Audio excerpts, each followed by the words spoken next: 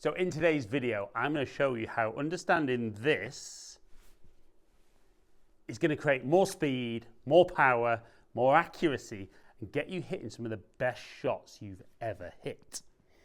Now, I know what you're thinking. Interesting. What was he doing at the start?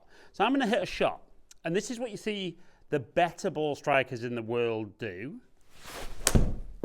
And so they deliver the club with lots of speed, good strike, very, very neutral delivery of face and path, and create good accuracy and good distance.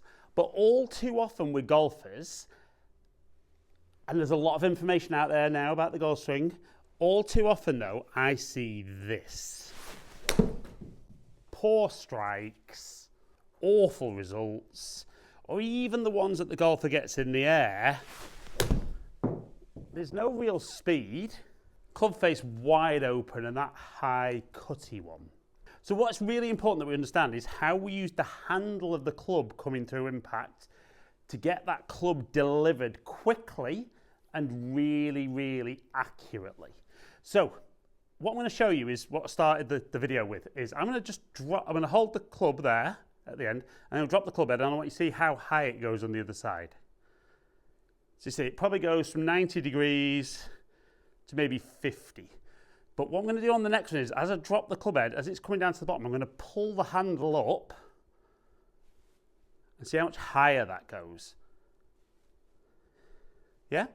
So that's going to create so much more speed into impact.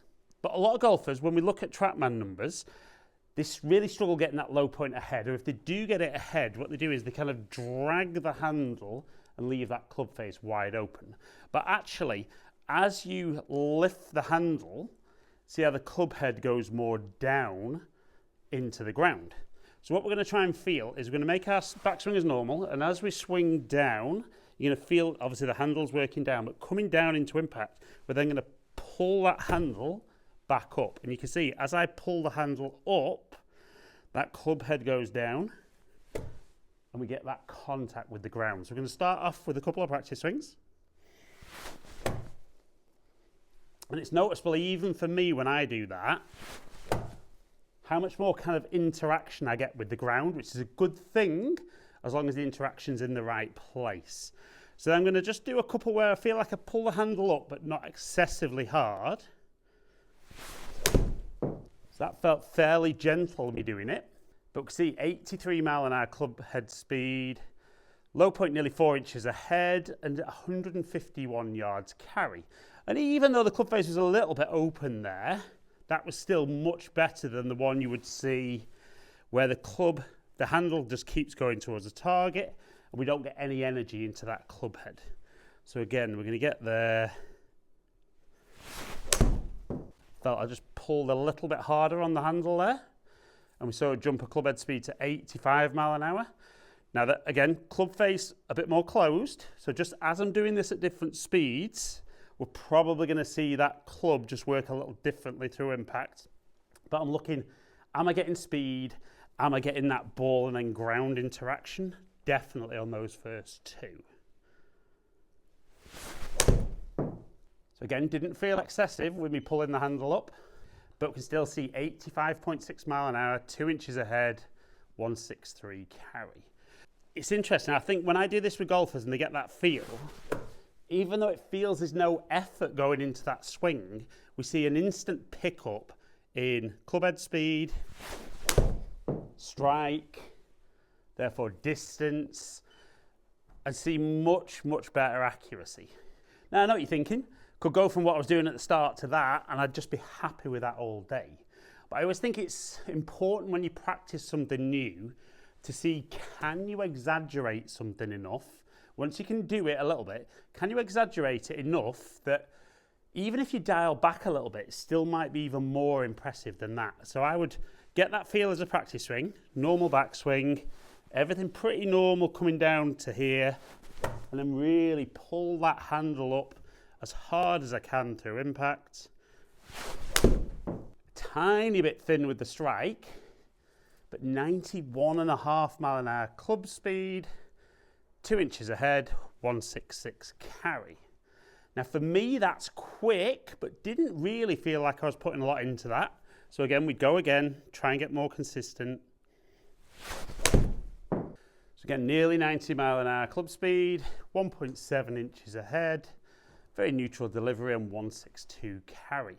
And I really like that feel because for me, it kind of, as I'm coming into impact and I can feel that handle's coming up, we can see, yes, the club head's moving down, but it's also starting to square that club face up so that we see that release through the ball.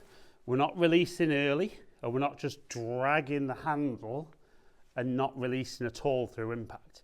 So even if you needed to feel a couple of slow ones to begin with, it's a great different way of feeling how the hand path is working kind of up and left, but we can still see that club head coming from the inside, even though it's very neutral. And again, we're going to go one, not quite full speed. Didn't feel I did it quite as well there, if I'm being honest, but 88 mile an hour club speed, 3 inches ahead, 159 carry. I just felt I was a little bit kind of late doing it there. So I'm going to try and feel a little bit earlier on this one. See if we can get a bit more speed and a bit more distance. So I felt I did my movement really well. Felt a little bit out the toe, but the advantage of playing a nice forgiving iron. But we still see 88 mile an hour club speed, 158 carry.